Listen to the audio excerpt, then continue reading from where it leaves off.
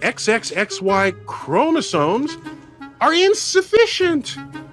Because when we wake up in the morning, we exaggerate whatever feature we want to portray the gender of our choice.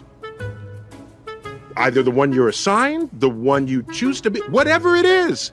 And so now, so now just to tie a bow on this, I say to you, somewhere I think I read that the United States was a land where we have the pursuit of happiness. Suppose no matter my chromosomes, today I feel 80% female, 20% male. I'm gonna put on makeup. I'm gonna do that. Tomorrow I might feel 80% male. I'll remove the makeup and I'll wear a muscle shirt. I think I'm gonna go now. Why do you care?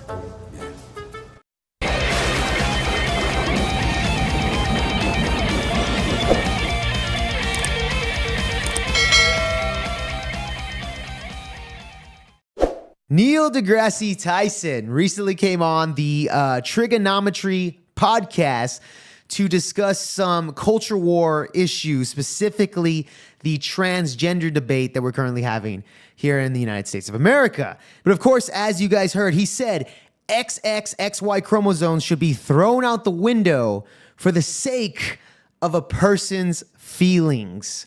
You heard that right. This guy is the same dude that debated Patrick Bet-Davis on the beer bug vaccine and said we should listen to the science. But when it comes to this particular topic, he says the XY chromosomes, the science does not matter. And it gets even more ludicrous. Let's check out the rest of this podcast, man.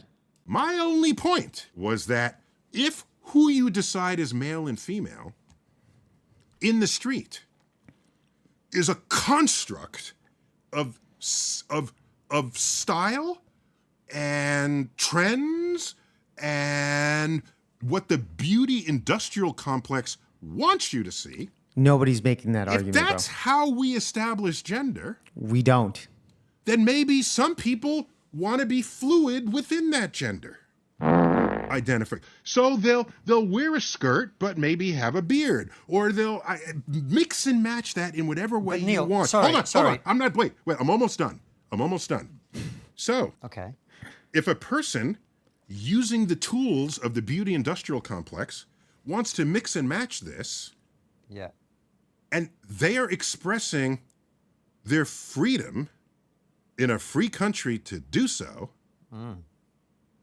Why is your job to tell them not to?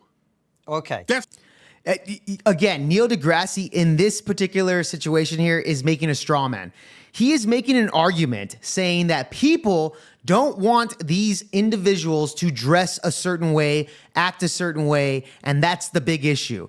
We have the argument saying that we don't want men competing against women. Okay, in sports, we don't want drag queens, men that are dressed like women, teaching our children. Okay, we don't want the little boys going into women's bathrooms. Like, that's the core of the culture war conversation and debate.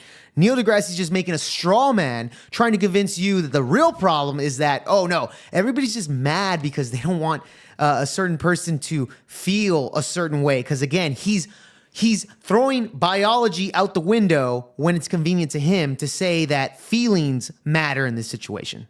That's my only point. And so I'm speaking of gender expression and the freedom to do so. And if you want to restrict that, then what country are we living in? Yeah, go ahead. So first of all, I don't know a single person, and we've talked to trans people on the show. We have trans employees at Triggernometry. We've spoken to all sorts of people about this issue. I do not know a single person who wants to prevent people from dressing how they want, or behaving how they want, or choosing. He's creating a strongman they want. However, the problem is, so you don't, but you know such people are out there. I'm sure such people exist in the same way that there are people who believe that the Earth is flat and so on. Some people believe in the flying spaghetti monster. Yes, it's about the same percentage, bro. Given the dialogue today. Fair point.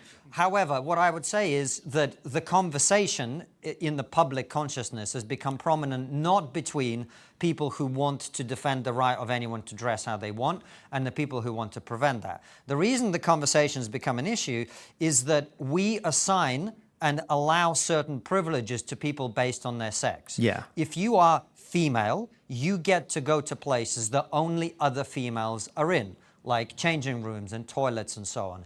If you are female, you get to compete only with people of your sex because females are at a disadvantage in physical competition to males in almost every sport. In other words, we carve out certain areas where your sex matters tremendously. 100%. Even though we may respect your right everywhere else to believe that you are whatever you are, to dress however you are, etc.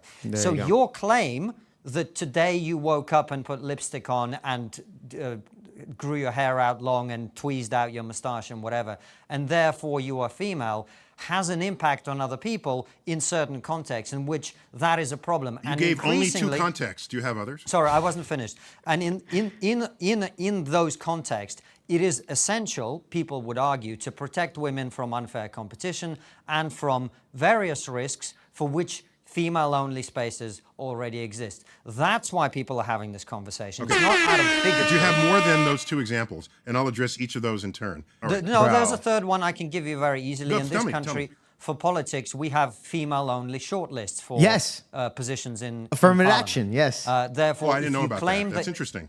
Okay. Well, that's another example. I can give you more. Yeah. So, female-only shortlists. There are certain targets within corporations for diversity targets in to jobs, have a certain in number schools, of women on the board.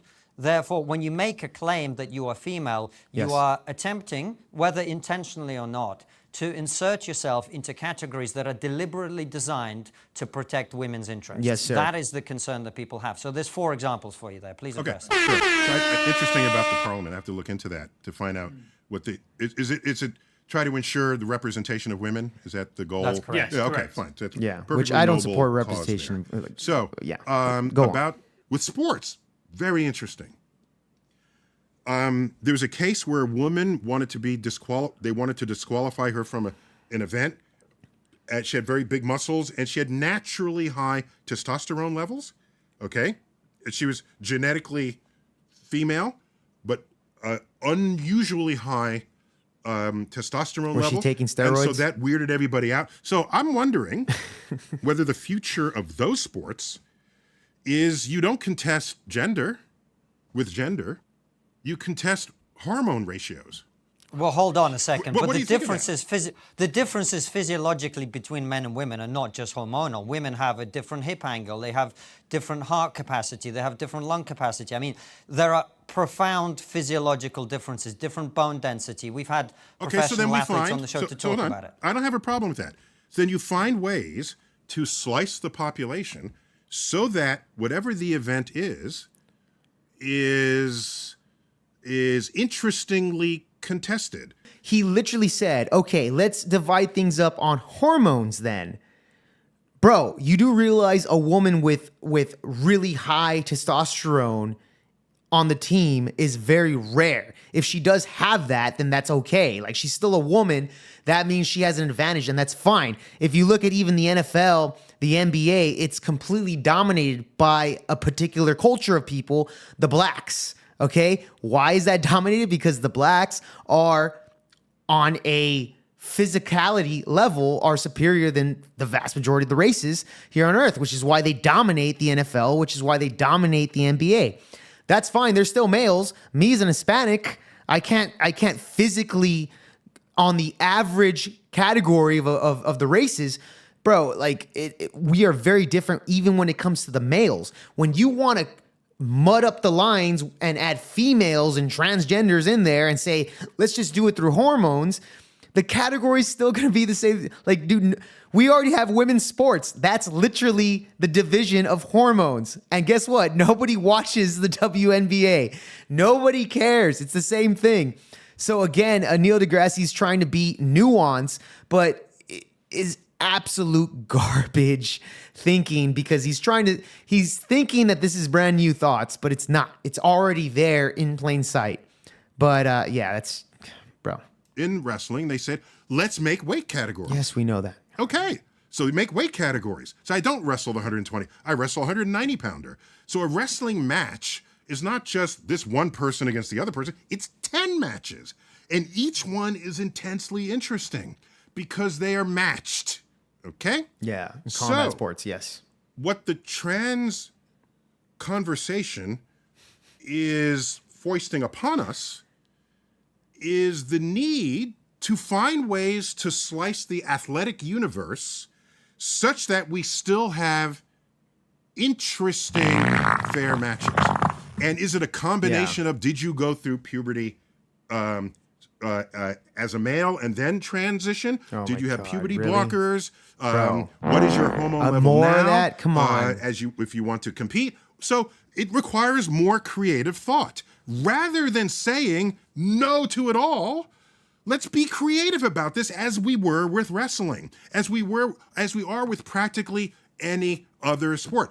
How is making weight categories fucking creative? That's not creative. We know a 200-pound male is physically stronger than a 100-pound male. That of course we know science, like weight carries more impact on things like muscle strength, density. We know that, bro. To resolve the problem because more than one category of person wanted to compete. So I agree with you. It's an unsolved problem. Yes, but it's not unsolvable. Yeah, so he, again, ignores the fact that the remember, trans women are women. They want to compete in women's sports. There's no hormonal differences or anything like that, because if you do that, then you're attacking the transgenders, believing themselves to say, no, I'm a woman. Why do we need hormones? And now that you measured my hormones, you're putting me in the men's category. It's like, that's not good. We're going to end up back to square one. Neil deGrasse with the big L on that one. No! So as I continue to see Neil deGrasse kind of come into the conversation, I kind of really realized that I think Neil deGrasse is going into the same path that Bill Nye the Science Guy went, if you guys don't remember that. He basically sold his soul to the left-wing politicians in politics and the agenda that they're pushing when it comes to all of these conversations that we're having now with the transgender community. And I think he's trying to get into that social circle on a very high level, which honestly, I mean, he's basically spewing the same garbage points without even really realizing the repercussions of what he's saying that might actually insult trans people, because you know how sensitive they are and how delusional they might be at a lot of the times that we have these conversations, man. The smartest, dumbest guy on planet Earth at this moment in time, Neil deGrasse, on the Triggernometry Podcast, man. What'd you guys think about it? I'm your host, Jake Varr. Comment down below all your thoughts of what you thought about Neil deGrasse and his delusion. I will catch you guys on the next Project VO Pod. Trump 2024. Peace.